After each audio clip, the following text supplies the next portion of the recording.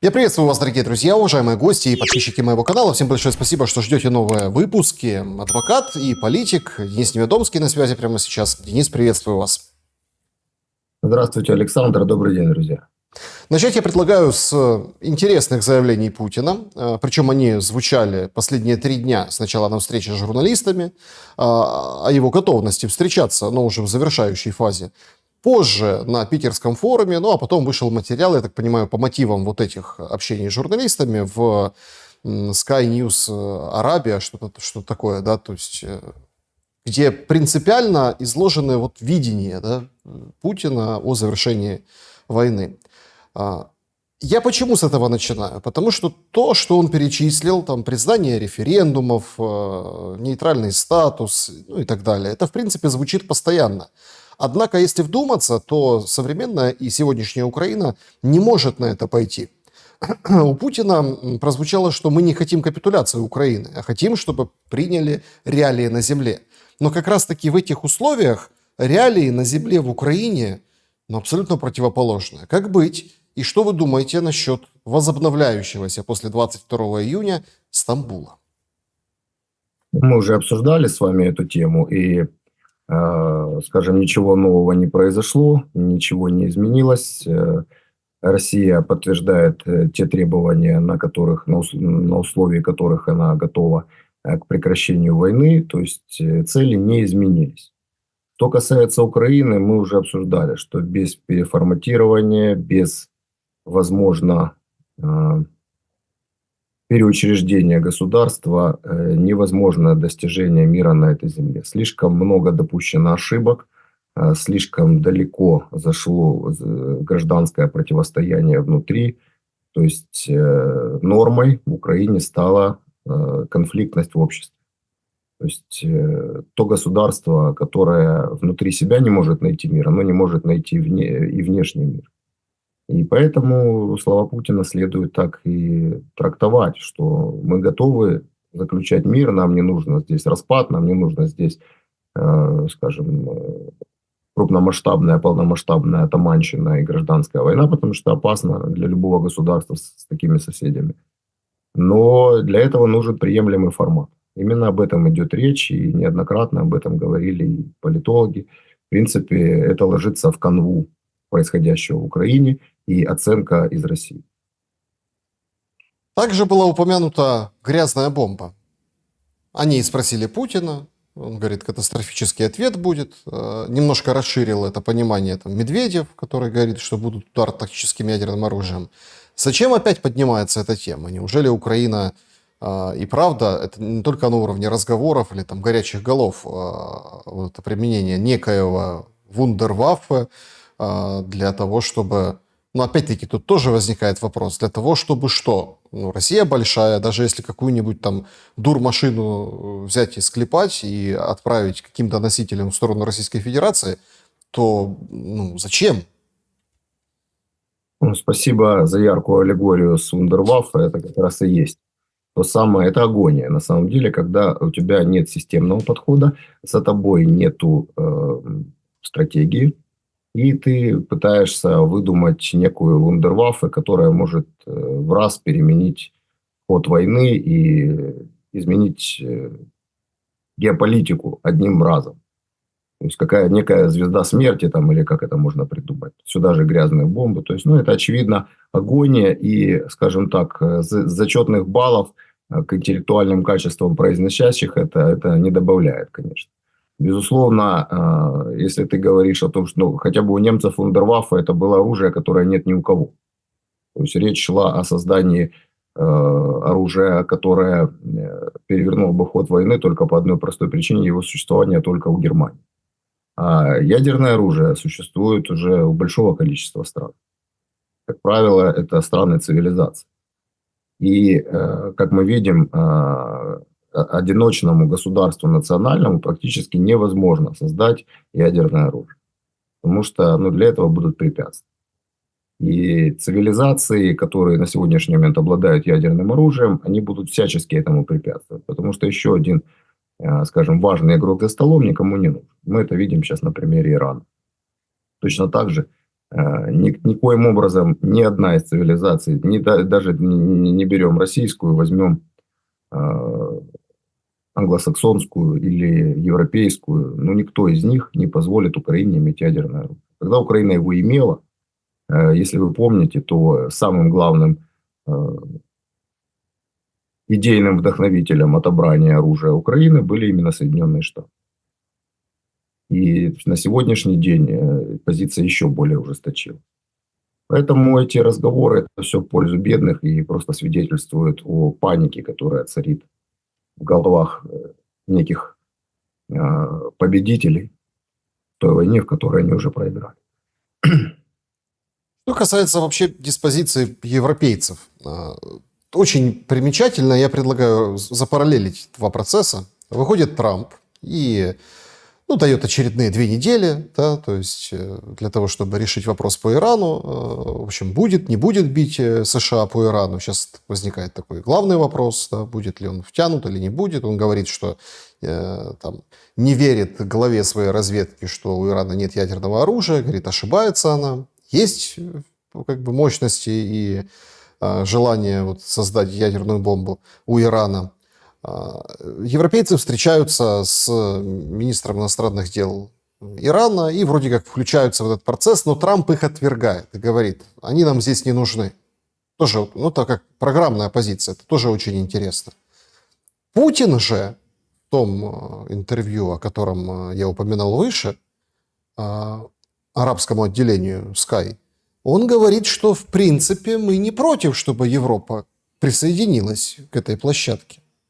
Такое ощущение складывается, что, в общем, 2 этих горячих точки или 2 зоны напряженности, одна, которая медийно и информационно перекрывает другую 100%, то есть все сейчас на Ближнем Востоке, до Украины мало дела, и тут может лететь, взрываться, атаковаться, чуть ли там все что угодно. Но позиция Европы непонятна. То есть тут ее хотят, там ее не хотят. Путин или делает вид, что хочет, но в общей рамке она за бортом. Может ли Европа и какая Европа может сказать хоть какое-то весомое слово? Путин, во-первых, находится сейчас в очень, скажем так, удобной позиции.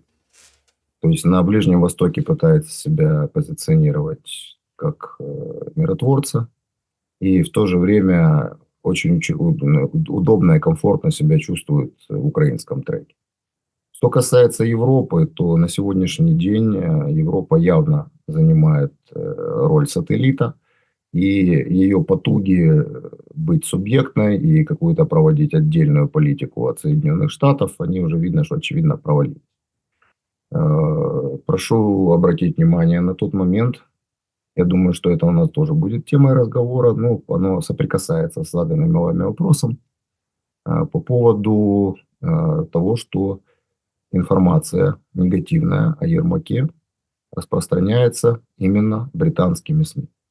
То есть больше всего разгоняет BBC и CNN. То есть это британские компании, связанные с правительством британским. То есть если речь всегда шла о том, что Британия при Стармере пытается выстроить какую-то отдельную политику от Соединенных Штатов, там где-то пытались они законнектиться с ЕС по общим моментам, и в том числе по Украине, то сейчас Британия начала, скажем так, однозначный дрейф в сторону Соединенных Штатов. Поэтому можно говорить о том, что этот альянс, который они пытались создать, Европейский Союз плюс Великобритания, он распадается. То есть, и очевидна тенденция, что консерваторы берут верх и по всему миру, и это уже сказывается и на главных апологетах глобалистской политики ЕС и Великобритании последних лет. Соответственно, ЕС пытается получить какую-то актуальность, но, скажем так, их поезд ушел. Ушел поезд Макрона, который мнил себя объединителем Европы, новым Бонапартом. Мерц уже однозначно в этом треке переключился на Соединенные Штаты. Его заявление полностью дублирует позицию по Ирану.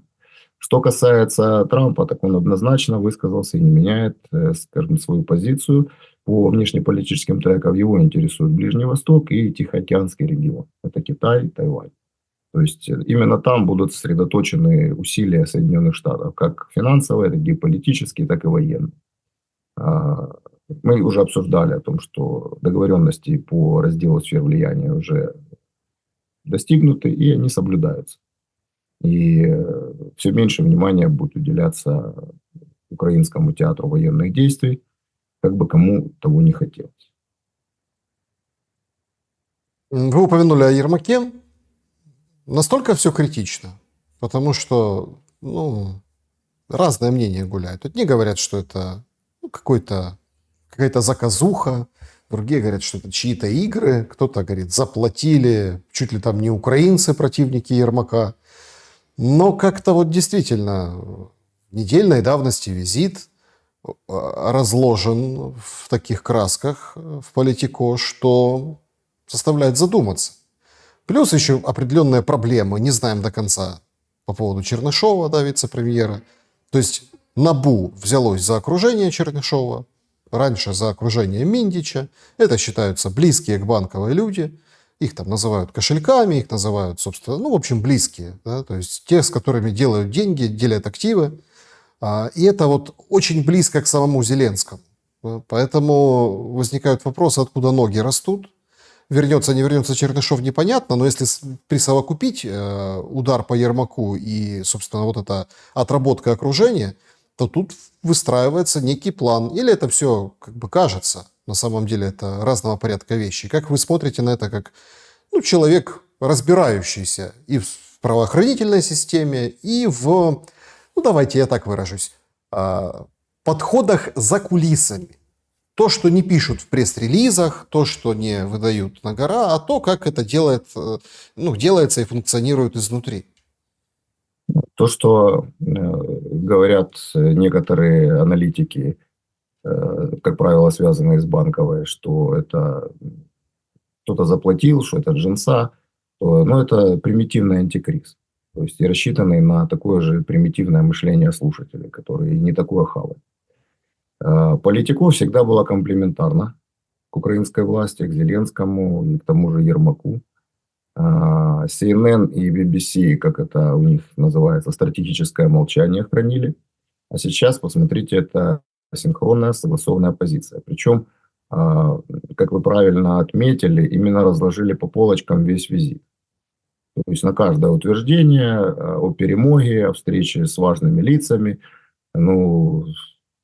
некоторые вещи даже звучали смешно, когда они публиковались еще после самого визита. Но когда их еще и со своей стороны американцы вскрыли, то, конечно, это, скажем так, дипломатическая катастрофа. Мы встретились с Рубио и обсуждали ПВО. То есть Рубио, госсекретарь Соединенных Штатов, то есть страна-гегемон, сидит и с Ермаком обсуждает украинское ПВО. Как минимум это глупо звучит. И когда полностью раскладывается ситуация по каждому визиту, который не состоялся, и человека прямо называют раздражителем для обоих партий в Соединенных Штатах, то это называется демонтаж. Другого слова здесь нет.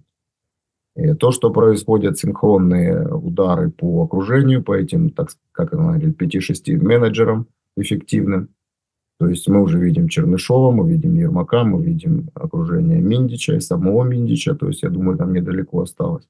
То есть, это другим словом не назовешь. Это демонтаж, причем руками тех, на кого они раньше опирались, для сущего эффекта. Американцы, ребята, они глупые и умелые в этих вопросах, как сносить режим.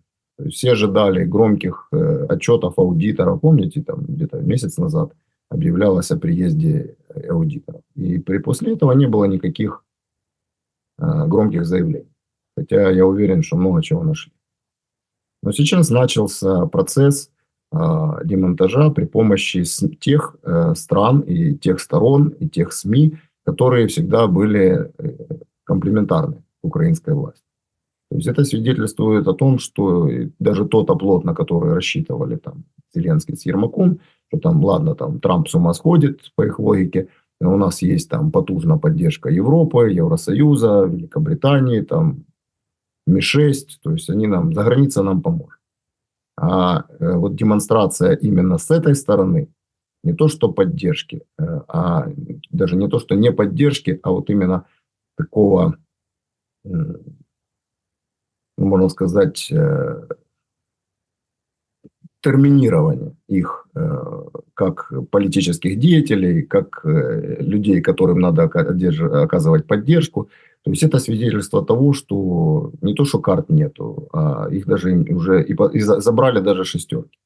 То есть нет возможности планировать какое-то свое стратегическое будущее. Потом, ну, тут, понимаете, статью в Политику можно разбирать по цитатам, и, в принципе, там все уже это сделали. Я думаю, что особо смысла останавливаться на этом нету. Но даже вот это вот по редкоземельным материалам, это очень такая ситуация громкая, и у многих складывалось такое впечатление, что Ермак и Зеленский пытаются при помощи вот этой вот сделки выторговать какие-то себе преференции или там обеспечения безопасности. Но на самом деле не такие уж они редкоземельные, и не такое же их большое количество, и не такие они оказались важные, и не такой Трамп оказался глупым, чтобы оно сыграло какую-то роль для достижения тех целей, которые там себе украинская власть придумала, задекларировала. Этого нет. И поэтому мы сейчас будем наблюдать процессы, когда, скажем так, возможность для маневра для украинской власти будет сужаться, еще раз сужаться. То есть Ермак, по большому счету, это, ну, можно сказать, в свои времена Берон, который фактически управляет государством. То есть на Банковой, в кабинете министров, в Верховной Раде. То есть этот человек имеет везде своих людей. Причем не просто своих людей, а на ключевых должностях. На ключевых должностях. И СМИ сюда можно отнести, и армию. То есть фактически человек, если сносят его, то сносят всю эту структуру, а там больше нет ничего. Там никто больше ничего не строил. А то, что пытались строить, то было снесено Ермаком. То есть демонтаж Ермака – это значит демонтаж всей конструкции украинского государственного аппарата. Кому это выгодно? И почему именно сейчас? Ну, скажем так, как это ни парадоксально звучит, практически всем.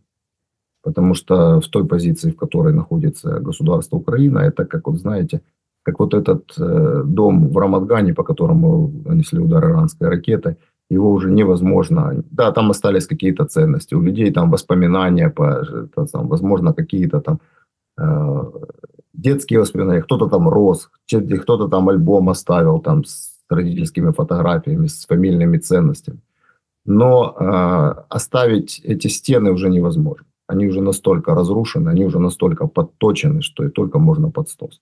И в этой ситуации, когда формируется новая геополитическая реальность, новый геополитический ландшафт, нынешняя Украина в него не вписывается.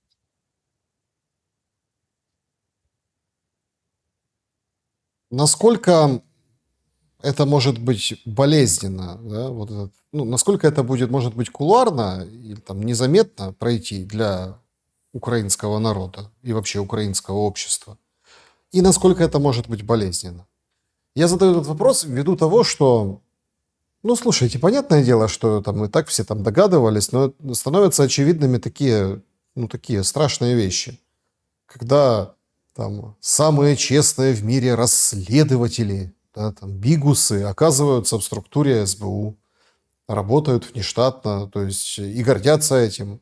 Причем сцепились, ну, такой жаба-гадюкин, но тем не менее, там, Гончаренко, да, раскрывает Бигуса, Бигус говорит, вот, то есть это как пример того, а тут же выходит Гетманцев, да, сразу, которого там Бигус, ну, в общем, гонял, но он выходит и говорит, я за Бигуса. То есть мы понимаем, что вот этот спрут, он гораздо глубже щупальца, чем кажется.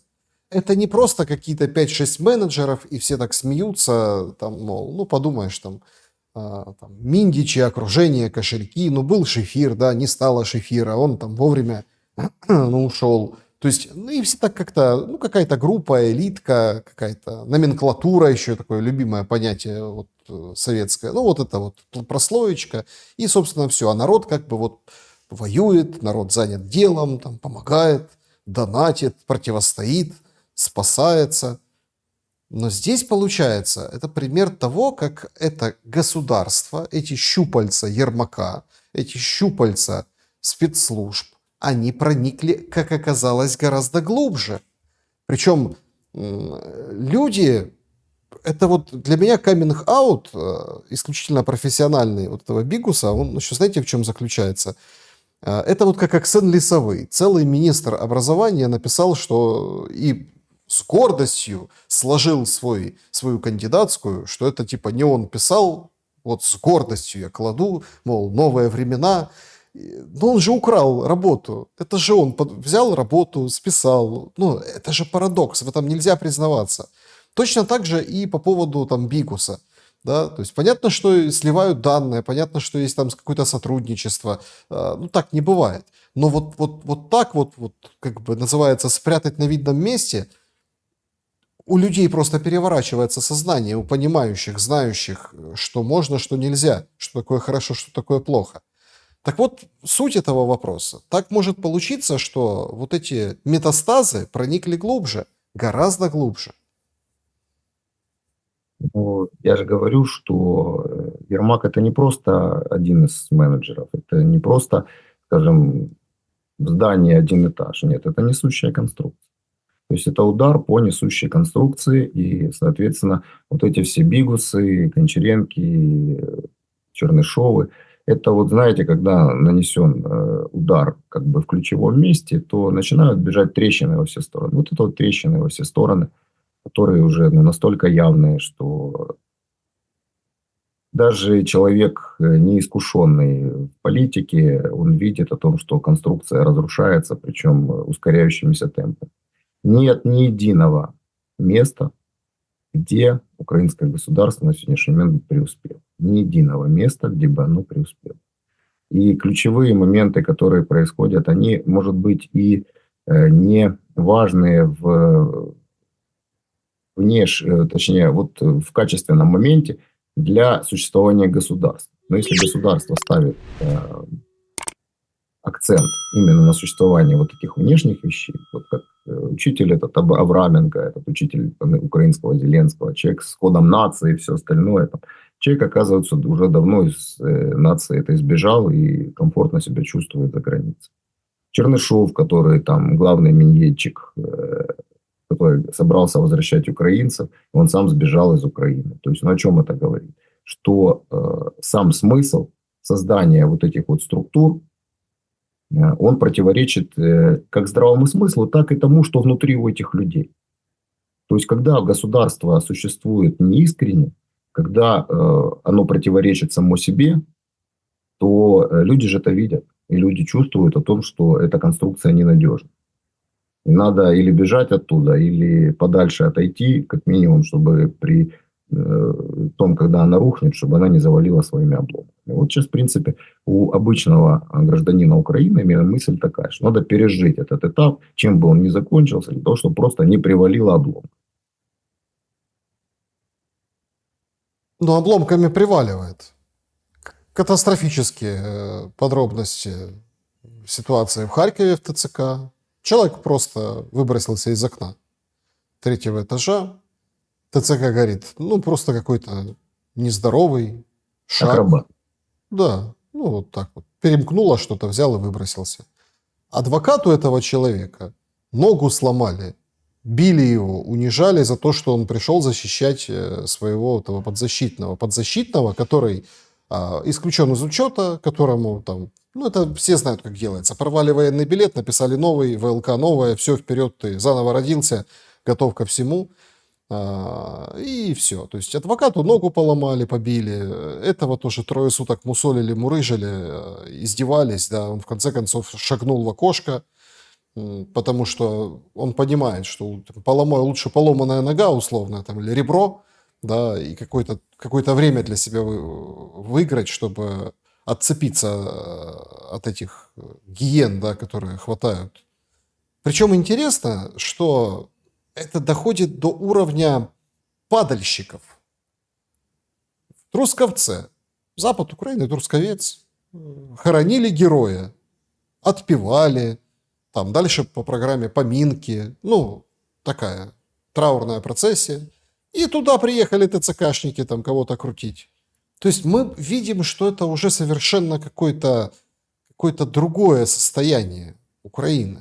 И если об этом там говорили полгода назад, год назад, и все говорили, да ну успокойтесь, это единичные случаи, да это все снято на Луганск-фильме, да это все разгоняют враги, то тут и врагов не надо. Конкретно мы видим, что происходит, если так попытаться глобально посмотреть, как бы моделирование, пересобирание украинца. Что думаете по этому поводу? Если государство не реагирует на такие случаи, которые уже приобретают признаки системности, то значит только одно, что это и есть государственная политика. Одно из моих самых нелюбимых направлений адвокатской деятельности – это как раз работа с военнообязанными из ТЦК. Потому что в этом случае не работает закон. В этом случае не работает Конституция, права человека, не работает надлежащая правовая процедура. То есть ты делаешь все правильно, а оно не работает. И это прямое нарушение статьи 13 Конвенции по правам человека, отсутствие эффективного способа юридической защиты. Но поскольку европейские, скажем, правовые жернова, они мелят очень медленно, то есть и 5 лет дело может слушаться, и 7, то о какой эффективности может идти речь? Они сами нарушают то, что они написали. Есть те случаи, которые происходят, они требуют реагирования немедленного, поскольку судебная система, она практически парализована, она не может системно защищать права человека, потому что для этого делалось все системно все эти годы. Если, допустим, до Майдана еще была какая-то возможность, ну даже, наверное, не до Майдана, а до позднего Януковича была возможность у людей отстоять свои права, то сейчас это крайне проблематично. Все делалось с учетом, каждый, кто из президентов приходил, у него не было задачи добиться справедливости и создания правовой системы, судебной системы, которая бы была гарантом соблюдения Конституции и обществом, и государством. Наоборот, каждый из них пытался подмять ее под себя, назначить своих смотрящих для того, чтобы выполняла свои узкокорпоративные задачи. После Майдана было продекларировано, что это будет, теперь так не будет, что теперь все будут равны перед законом и судом, что будет честный отбор. В итоге после помощи Европейского Союза, при помощи иностранных, скажем, правоведов, которые были у нас во всех комиссиях, избрали главу Верховного суда Князева, который тут же попался на взятки в 3 миллиона. То есть это очевидный приговор всему тому, чему стремились, что делали. Профессионалов поубирали из судебной системы, остались те, кто надеется еще пропетлять, кто-то хочет досидеть там до пенсии, до отставки, или те люди, которые готовы выполнять поставленные перед ними властью задачи. Соответственно, говорить о том, что человек может быть защищен ТЦК, нет, некому его защитить. То есть это очевидный коллапс и кризис государства, когда человеку некуда обратиться, некуда пойти для того, чтобы отстоять свои собственные права. И беда в том, что людям не оставляют другого выбора, как искать справедливость неправовыми путями.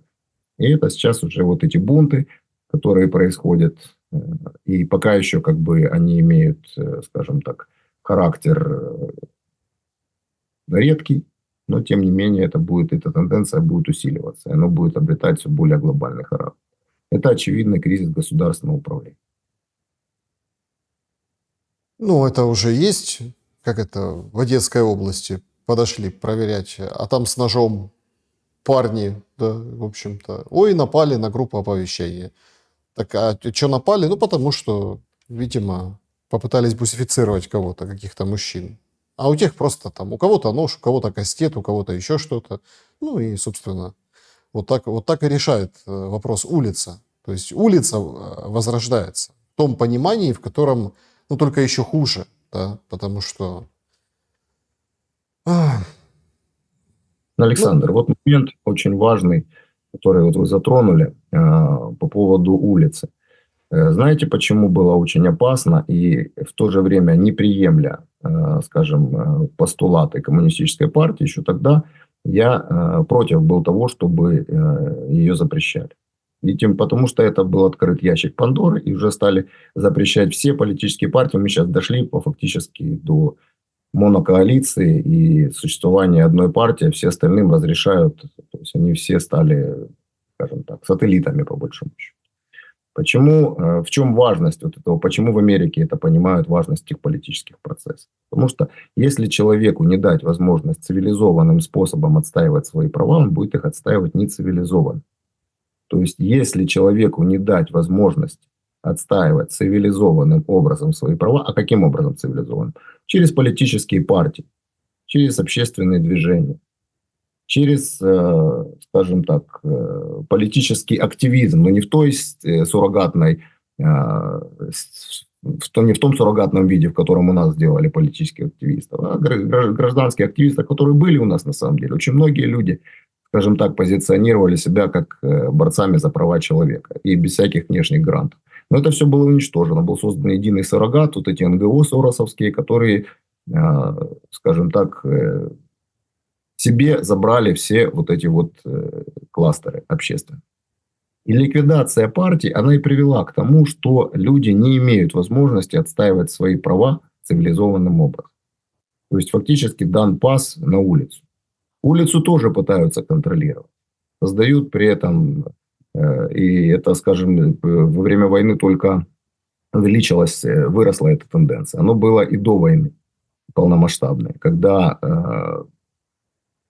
приходили на телекомпании, били стекла, пытались побить журналистов. То есть это ж, скажем так, процесс не сегодняшний. Полиция как бы на эти вещи реагировала так, стояла в сторонке, лишь бы там вот присутствие и все. То есть фактически государство не то, что этому не сопротивлялось, оно этому способствовало. Это тенденция была такая. Создать такой механизм, когда люди не могут ни цивилизованным, ни нецивилизованным образом отстоять свои права. Только через кровь, только через акты неповиновения. То есть и война лучший способ, чтобы и этой возможности не дать развиться. То есть на сегодняшний момент у людей в Украине нет возможности никаким образом отстоять свои политические и права человека. Путин пробросил такую фразу, что там токсичный Зеленский, потому что в случае, если все пойдет по какому-то пути, по какому-то треку, и шаг за шагом будет продолжаться, не просто переговоры ради переговоров, а придет к каким-то решениям, то придется отменять военное положение. А это, кстати, очень интересный вопрос. Вот гипотетически, если завтра выключить тумблер военного положения, сказать «все», так я так понимаю, что строй рассыпется, все посыпется, все законы последних 3 лет, они все подвязаны так или иначе под военное положение. Вся деятельность тоже, прямо или косвенно сопоставляется и соотносится с этим режимом в стране. Слушайте, так получается, что это замкнутый круг, из военного положения нам не выйти практически никогда? Или это заблуждение? Нет, абсолютно верно, что можно сравнить отмену военного положения с заездом на строительную площадку бульдозера, который будет сносить все эти конструкции. То есть, если только вот сейчас в этой ситуации, когда каким-то образом при помощи, скажем так, можно сказать, полуавторитарного, полутоталитарного управления еще каким-то образом удается держать вот эту конструкцию, которая уже сыпется везде и наладан дышит, и вопрос уже, и обратный отсчет пошел, то как только заедет бульдозер, то никакая конструкция уже держаться не будет. То есть начнутся разные центробежные процессы. То есть если только начнется опять политическая борьба, будут разрешены какие-то действия партий, даже те партии, которые сегодня себя условно считают и согласились на роль сателлитов, они перестанут быть такими покорными. Они тоже развернут деятельность, они тоже почуют кровь вожака, скажем так, и начнут дестабилизирующие процессы, политические процессы, и демонтаж ускорится в разы. А военное положение – это один из тех последних клеев, которым склеивают эту дряхлую конструкцию. Первое, что приходит на ум, это, конечно, отмена выезда. Сегодня показали От запрета на выезд. Сегодня показали девочку, которая там с дроном каждые полчаса 40 минут поднимает дрон на своем участке границы и ищет, смотрит, присматривается, укрупняет изображение, кто там местные по грибы пошли, или это женщина ходит там возле границы, или это какой-то мужчина с рюкзачком. Если это мужчина с рюкзачком, то тогда вызывается наряд быстрого реагирования. И это вот все демонстрируется. Но многие не поняли, а зачем вот это вот так, ну вот так показывать, да? Женщины и дроны. Вот зачем. Уже давно ходит вот эта история, что надо всех женщин пересадить на дроны, всех мужиков, да, отправить условно там штурмовики, в пехоту, на фронт и так далее. Потому что время, когда самые бравые, барбершопные военные, рассказывающие о том, что мы можем воевать еще года 3, что ничего страшного, сейчас Россия развалится, мы там добьемся победы, надо просто перетерпеть, оно, кажется, уходит и уже не работает на массы, на народ. Поэтому фортель будут применять вот такой наверняка. То есть понижение возраста, женщин научат как бы управлять дронами, на высвободив, как бы, те, которые освободились, да, места отправят мужиков. То есть какая-то видна все-таки стратегия продолжения. Причем, если это рассматривать не как ужас и кошмар, а как стратегию, то тогда можно построить и свою какую-то стратегию дальнейшего поведения. Да? Мы почему-то видим в последнее время политические демобилизируются. Ну, там всякие политологи, которые какие-то там майоры, капитаны, непонятно где, в каких, ну, в тылах, потому что на боях их не видно было. Ну, может, где-то ближе, кто-то дальше от фронта, но тем не менее в частях. Что-то раз, и у них получается как бы пойти в отставку. У других не получается. Ну, как очень мало кого получается. Но у таких политологов бывших получается. То есть мы видим, как какой-то процесс идет. Вы можете обрисовать, к чему все идет и какие вот основные пункты нас ждут вот в этом формате? Ну, пускай вы утверждаете в формате сноса, демонтажа, но тем не менее демонтаж – это тоже какой-то процесс. Чего ждать в ближайшее время?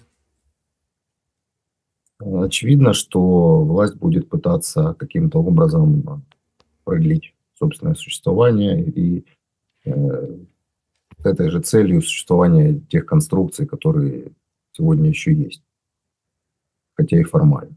То есть, и под эту логику, безусловно, ложится и создание там,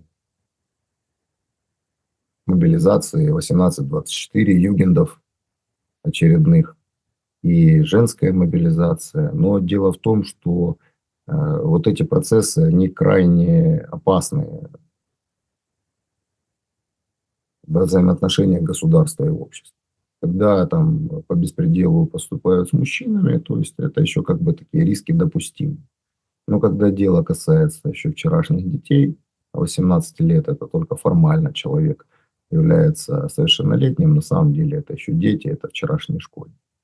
Когда их начнут мобилизировать и происходить вот эти процессы русификации, то, безусловно, или женщин будут таким образом мобилизованы. Неважно. Вопрос, сегодня ты сидишь с дроном 18 лет, или там девушка 20 лет, но завтра при ухудшении ситуации мы видим неутешительные результаты на поле боя. Нет никакой гарантии, что обычным приказом командования без никаких нормативных актов тебя отправят в другие воинские части служить, которые более опасны. Поэтому, скажем так, это будет последняя конвульсия в огонь, если они к этому придут. А логика вся говорит о том, что именно к этому придут. Других путей выхода нет. Не будет уже той поддержки, которую осуществляла Америка. Европа очень неоднородна и на сегодняшний момент тоже подвергается воздействию, скажем, консервативной Америки. И учитывая особенно рейтинги, которые внутри у левых популистов в Европе, то есть у них тоже там есть чем заняться. Поэтому помощи ждать неоткуда.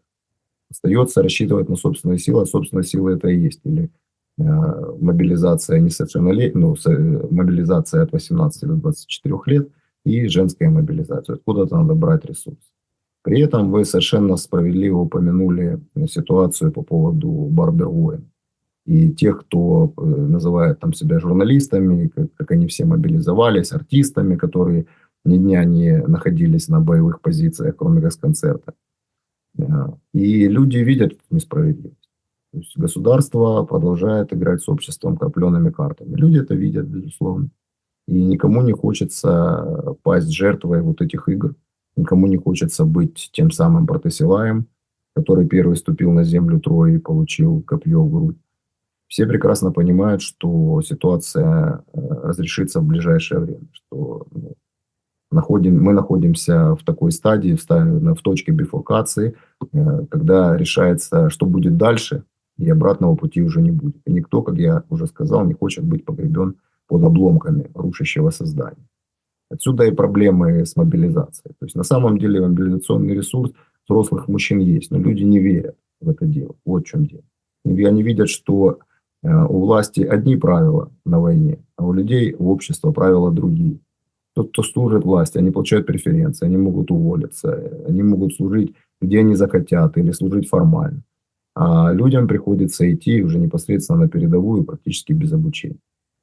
Самая главная, скажем, беда для мобилизации – это обман, неискренность. Если бы люди видели искренность, что происходит все то же самое с властью, и с детьми власти, и с близкими власти, и с ними происходит то же самое, что власть и народ едины в процессе этой войны, то и проблем не было бы. Потому что тогда включаются очень многие факторы. И действительно человек чувствует, что не он один, как лох, отдает долги, а все вокруг, включая тех, кто устанавливает правила. Этот долг один и тот же в равной сумме отдают. А когда люди видят, что его просто не лохи выставляют как лоха, конечно, человек этому сопротивляется. Вы так сказали, что есть чувство, ощущение, что скоро все закончится, но я заметил какую-то магичность этого чувства. То есть, судя по анализу тому, что происходит, мы с этого начинали, там, позиции Путина, Зеленский, который тоже, да, там отвечает своими заявлениями, те дела, которые делаются внутри. Даже вот этот фактор, что на фронте идет продвижение в сторону, конечно же, Украины, да, то есть в одну сторону, там побольше, поменьше, неожиданное направление, или как ожидаемое, но только для профессионалов направление всплывают, как, например, Купянск, там раз и все, и Купянск, раз пошло движение в сторону Запорожской, Днепропетровской областей, это вот только последние сутки, и это все как бы идет таким снежным комом. Ведь это тоже является аргументом тому, что ничего не закончится. Но люди верят, что должно закончиться. И разговоров имею в виду, за пределами вот этой публичной жизни, имеется в виду просто с обычными людьми, украинцами, да, между собой по кухням, они все равно о том, когда же это все закончится. То есть вот это желание, оно есть. Там Путин в интервью говорит о том, что в общем, люди за то, чтобы иметь нормальные отношения с Россией, что-то такая формулировка какая-то была, да? Имеется в виду украинцы и россияне, чтобы там... Но он в более лояльном, конечно, контексте это сказал, но по сути люди за то, чтобы остановилась война. Но публично они говорят другое. Как это соотносится? И это не просто какое-то магическое ожидание чего-то, какого-то чуда, волшебника в голубом вертолете, который бесплатно покажет кино и там даст эскимо, и войну закончится. В любом случае закончится, вопрос только чем. Знаете, есть такое выражение: лучше ужасный конец, чем ужас без конца. Люди устали от ужаса без конца. То есть те, кто остались в Украине, там я не беру за диванных воинов, которые там, особенно воинши, которые выехали за границу и оттуда там воюют, направляют мифические полки на Кремль. То есть это отдельная, скажем так, каста душевнобольных. Не будем их трогать, у них свои диагнозы, свои врачи. А те люди, которые находятся в Украине, непосредственно наблюдают все происходящие процессы, понимаете, кроме того, что происходит на фронте, кроме того, что над головой летают там ракеты и шахеды, есть еще и внутреннее состояние общества, которое находится в постоянном, скажем, кровоточащем конфликте. То есть эти постоянные мовные срачи, которые как бы на самом деле уже стали не просто единичными случаями, это просто стало государственной политикой внутри общества. Вот это самое «разделяй власть». То есть людей, это ведь не просто вопрос языка, на каком языке ты говоришь, нет, это вопрос идеологии. То есть если ты не с нами, значит ты против нас. А у нас вот такие правила. И ты проходишь или в один вольер, или в другой вольер. И вариантов тут нету. И ты не можешь объяснить, что с точки зрения критического мышления, с точки зрения интеллектуальной, с точки зрения логики, что языки не воюют между собой, что это средство коммуникации, средство общения. Не важно, на каком языке ты говоришь, а важно, что ты говоришь. Это уже все ушло. То есть это содержание, точнее форма заменяет собой содержание. Вот важно, пускай ты несешь абсолютную чушь, пускай ты говоришь безграмотно, но если ты говоришь там условно на украинской мове, значит ты свой. Если ты говоришь умные интеллектуальные вещи или просто нормальные для человека вещи, но говоришь на русском языке, значит ты безусловный враг. И настолько вот этот примитивизм преобладает сейчас в обществе, что люди вот от этого устали даже больше, наверное, от военных действий и от пролетающих над головой шахедов. Вот это вот люди чувствуют себя в состоянии внутренней войны. Это очень сильный дискомфорт. Тем более длится он уже, ну так, по большому счету, лет 10. И постоянно жить в условиях внутреннего конфликта, выходя на улицу и оборачиваясь, кто на каком языке говорит и чем это может для тебя закончиться в эту конкретную секунду, далеко от фронта. Это, конечно, людям уже сильно надоело. Люди уже этого не хотят. Есть, конечно, люди уже, которые, ну, настолько поражен мозг вот этой пропагандой, вот этим вот конфликтом, что они уже этим питаются, они уже живут этим, и ну, это уже психическое расстройство. Тут уже, скажем, политологи бессильны, здесь уже нужны психиатры. И общество все находится вот в таком действительно тяжелом психологическом состоянии. И годы потребуются для его лечения и восстановления. Но, тем не менее, люди действительно устали. И, повторюсь, прежде всего устали от внутреннего конфликта, происходящего внутри общества, в который этот конфликт создается и педалируется именно государством. Это государственная политика. Ну, и как штрих к этой усталости, ну, лично для меня это было сообщение пару месяцев назад, по-моему, или какое-то время назад, но это как идея была.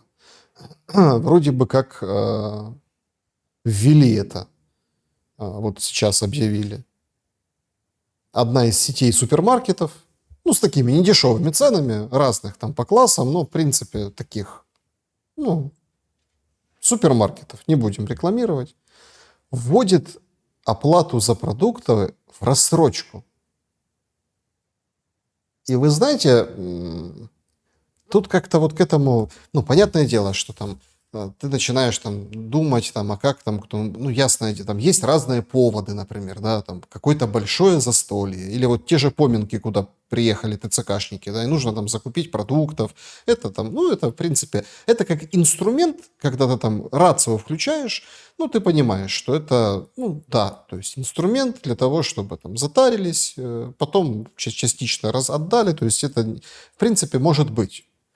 Но так вот, если посмотреть с другой стороны, ты понимаешь, что это абсолютно какое-то новое, как отношение к себе, когда тебе предлагают, да, то есть купить в продуктовом супермаркете, оплатить потом несколькими частями.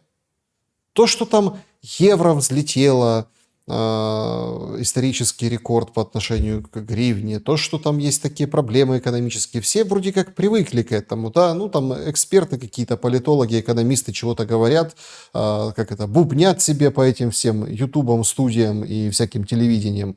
Это вот вроде как все равно, понятное дело, там больше денег не становится. Никто там, ну есть, конечно, в долларах получают, но в основном все в гривной пользуются, гривну получают, поэтому все смотрят, цены растут, там плюются, но это как жизнь, это обычная жизнь. Оно как бы запараллелено.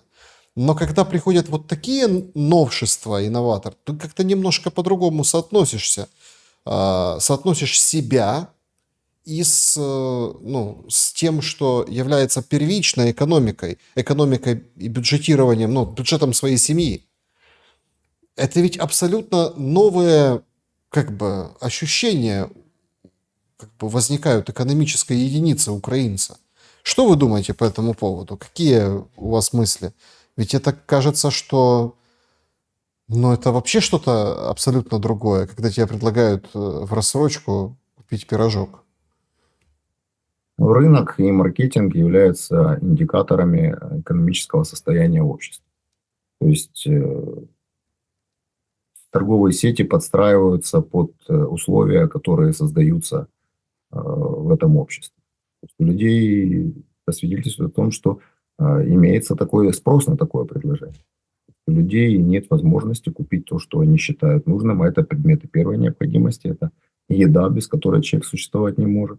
И, соответственно, нет других вариантов. То есть, если человек не может купить за раз, то есть ему предлагают купить это в рассрочку. А это уже долговые обязательства называются. Уже человек находится в зависимости от своих как бы человеческих потребностей. То есть это же не машина в рассрочку, это не квартира в ипотеку. То есть это речь идет о базовых нуждах человека.